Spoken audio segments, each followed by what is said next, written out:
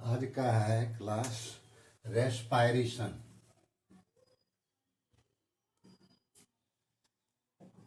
Respiration है पहले क्या, इसको समझना है। रेस्पायरेशन है एक ऐसी क्रिया है जिससे हमें ऊर्जा मिलती है शरीर में। अब विभिन्न जंतुओं में विभिन्न प्रकार तरह से रेस्पायरेशन करता है। जैसे एक कोशिकी जीव है, एक कोशिकी जीव में होता है क्या डिफ्यूजन क्रिया के द्वारा। जैसे अमीबा में, अमीबा है, पारामीशियम है, पारामीशियम है, और जो भी जंतु है एक्वेटिक जंतु, यूनिसेलुलर एनिमल, इसमें डिफ्यूजन क्रिया के द्वारा रेस्पिरेशन की क्रिया होती है। इसके बाद है फिर बर्ड्स में। बर्ड्स में जैसे बर्ड्स में होती है, बर्ड्स में लंग्स के द्वारा होती है, लंग्स के द्वारा होती है। रेप्टिल या उसमें भी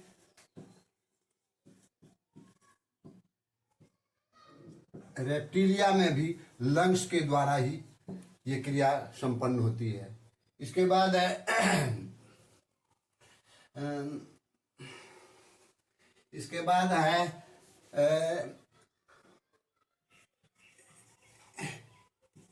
फिशेस में, फिशेस में, मछली में। मछली में जो होती है गिल्स के द्वारा,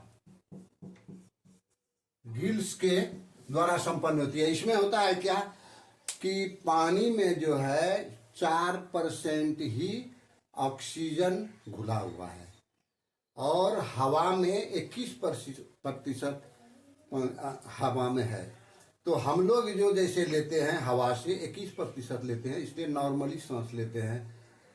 और मछली या एक्वेटिक जंतु जितने भी हैं फिशेस वर्ग में, वो लोग जल्दी जल्दी देखते हैं, उन सबका मुंह चलते रहता है पानी को जल्दी, क्योंकि ऑक्सीजन की अधिक जरूरत होती है, इसलिए पानी में घुला हुआ कम है ऑक्सीजन, इसलिए वह जो है जल्दी जल्दी सांस लेती है।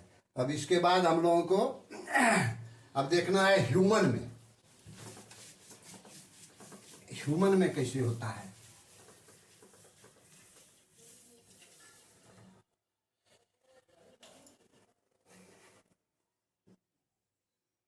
रेस्पायरेशन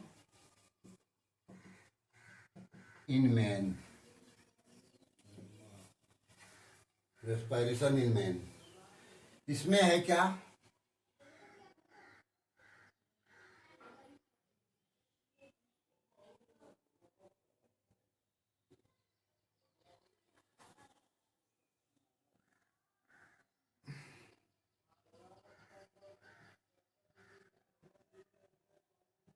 फिगर से समझो, फिगर दे रहे हैं।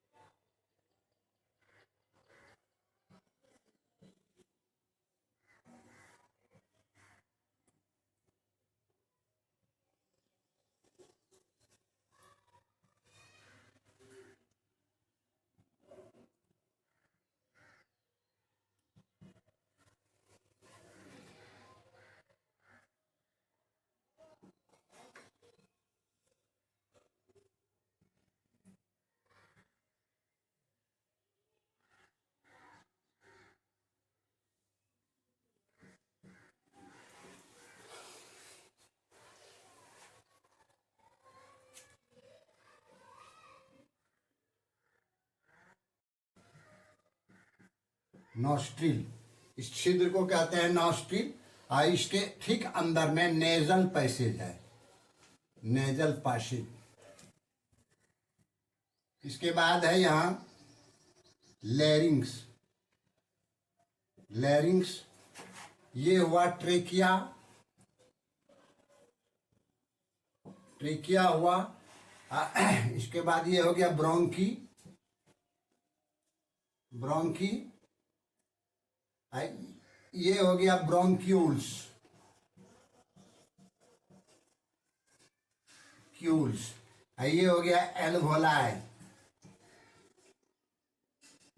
एल्वोलाई, ये सिंगल एल्वोलाई है जिसके ऊपर ब्लड कैपिलरीज का। ये हुआ लंग्स, लंग्स का ही ये भीतर का पार्ट दिखाया गया है। अब इसका डिस्क्रिप्शन इस तरह का है। सबसे पहले नॉस्ट्रिल जो नाक जो है एक पट्ट के द्वारा दो भागों में डिवाइड रहता है, इसी को कहते हैं नॉस्ट्रिल। जो एक छिद्र को नॉस्ट्रिल कहते हैं। दोनों मिलकर आगे में जाकर एक कैविटी का निर्माण करता है, जिसे कहते हैं नेजल कैविटी। या आगे चलकर फेरिंग्स रहता है यहाँ पर। अब फेरिंग्स के जस्ट बगल में ही उसी जगह एक इपिग्लोटिस ढक्कन के तरह जैसी रचना होती है, जिस समय हम लोग भोजन करते हैं उसमें सांस बंद हो जाती है 1 सेकंड के लिए या 2 सेकंड के लिए। अब फिर उसके बाद जैसे ही भोजन पास किया उसके बाद सांस चालू हो जाता है। ढक्कन उस जगह क्रॉसिंग है किसका, ओएसोफेगस और ट्रेकियल रेस्पिरेटरी सिस्टम दोनों का क्रॉसिंग है, उसी पर इपिग्लोटिस। कभी कभी हम लोग सड़क जाते हैं, जल्दीबाजी खाना खाते हैं तो सड़क जाते हैं, ऐसा नहीं करना चाहिए, मौत के घाट से उतरते हैं हम लोग। सड़कने का मतलब ही होता है कि वह भोजन जो जा रहा था लंग्स में, बाय द वे वो तो हट जाता है, थोड़ा मांसपेशी का ही बना हुआ है, हट गया तो अगर वो लंग्स में जाता है तो इतना जोर से भीतर से हवा निकलती है कि नाक होके निकल जाता है।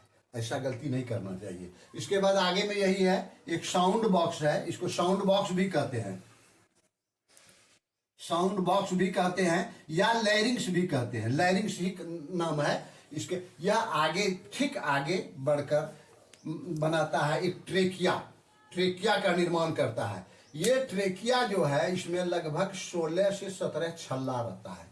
और ये छल्ला का काम क्या है, जैसे हम सांस लेते हैं, जब दौड़ता है, धावक दौड़ता है या हम भी दौड़ते हैं तो पूरा तेजी से सांस लेते हैं, सिकुड़ न जाए इसलिए इसमें जो है छल्ले के आकार का कार्टिलेज का बना हुआ रहता है, सिकुड़ने से बचने के लिए। यह आगे चलकर 2 भागों में डिवाइड होता है, दोनों लंग्स में जाता है। एक लंग्स को खोल के दिखाए हैं जो जिसे ब्रोंकी कहा जाता है। ब्रोंकी के ठीक आगे और ब्रांच होता है जिसे ब्रोंक्यूल्स कहते हैं। ब्रोंक्यूल्स, अब एक ब्रोंक्यूल्स को लिए हैं, इस पर ब्लड कैपिलरीज का पूरा जाल भरा हुआ, नेटवर्क ऑफ ब्लड कैपिलरी पूरा भरा हुआ जाल रहता है, जो क्या करता है, हेमोग्लोबिन जो पार करता है, ये जो ऑक्सीजन गया इसी को एब्जॉर्ब करता है। और रिएक्शन में केमिकल रिएक्शन में दिखाएंगे कि कैसे कैसे होता है। इसका पहले रचना बता रहे हैं। उसके बाद दोनों साइड ये रहता है, एक साइड ये खोल के, ये जो रहता है मिलियन में रहता है। ये मैंने दोनों फेफड़ा मिलियन, कई मिलियन, जिसका गिनती संभव नहीं है, अंदाजी दिया हुआ है, कहीं कुछ दिया हुआ है, लेकिन ये रहता है। अब देखिए एल्वोलाई और भिल्लई दोनों एब्जॉर्बर है, दोनों एब्जॉर्बिंग पार्ट है।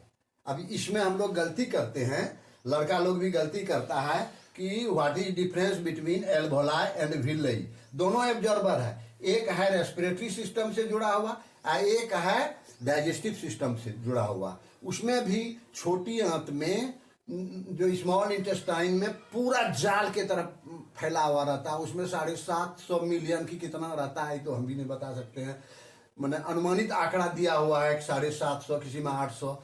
तो जो भी रहे एब्जॉर्बर है, वहां पर लिक्विड फूड को एब्जॉर्ब करता है डाइजेस्टिव सिस्टम, और यहाँ ऑक्सीजन को एब्जॉर्ब करता है। यही अंतर है एल्वोलाई भिल्लई, सुनने में एक तरह लगता है। तो दोनों एब्जॉर्बर है, एक ऑक्सीजन को एब्जॉर्ब करता है और दूसरा वहां लिक्विड फूड को एब्जॉर्ब करता है। अब कैसे करता है इसके रचना, अब तक तो ये रचना थी, अब इसके कार्य के बारे में बताते हैं। तो इसके बाद इसका कैसे करता है रिएक्शन, एब्जॉर्ब कैसे ऑक्सीजन करता है, how absorb the oxygen by lungs. अब देखिए इसमें जो रहता है मुख्य भूमिका HB का रहता है। HB माने हेमोग्लोबिन।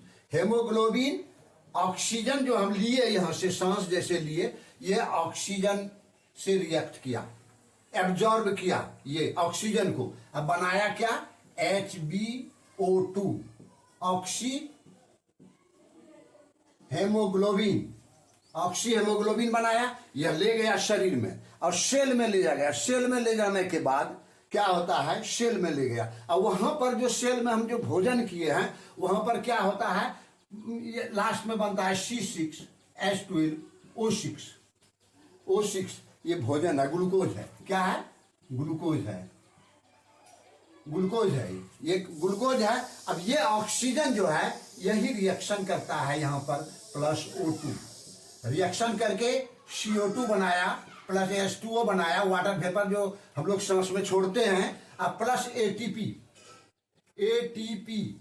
एटीपी में क्या है 686 किलो कैलोरी एनर्जी प्रदान करता है। इसलिए कहता है कि बढ़िया बढ़िया भोजन करो। तो लास्ट में यही आता है, HB हेमोग्लोबिन से ऑक्सी हेमोग्लोबिन बनाया, और ये कार्बन डाइऑक्साइड जो है, अब यहाँ तो जैसे ये हेमोग्लोबिन खाली पड़ गया, अब ये क्या करता है, ये कार्बन डाइऑक्साइड से रिएक्शन कर जाता है, HB प्लस CO2 बनाया कार्बोक्सी हेमोग्लोबिन, कार्बोक्सी ये HbCO2 कार्बोक्सी हेमोग्लोबिन बनाया यहाँ पर। अब ये क्या है, कहाँ ऊतक में है, टिश्यू में है, टिश्यू से फिर मैंने वहाँ से सेल में आया, सेल से हुआ फिर जो है वेन के द्वारा चला आया डीऑक्सीजनेटेड लंग्स में, और लंग्स में फिर छोड़ देता है कार्बन डाइऑक्साइड को, और ये जो है फिर कार्बन डाइऑक्साइड बाहर निकल गया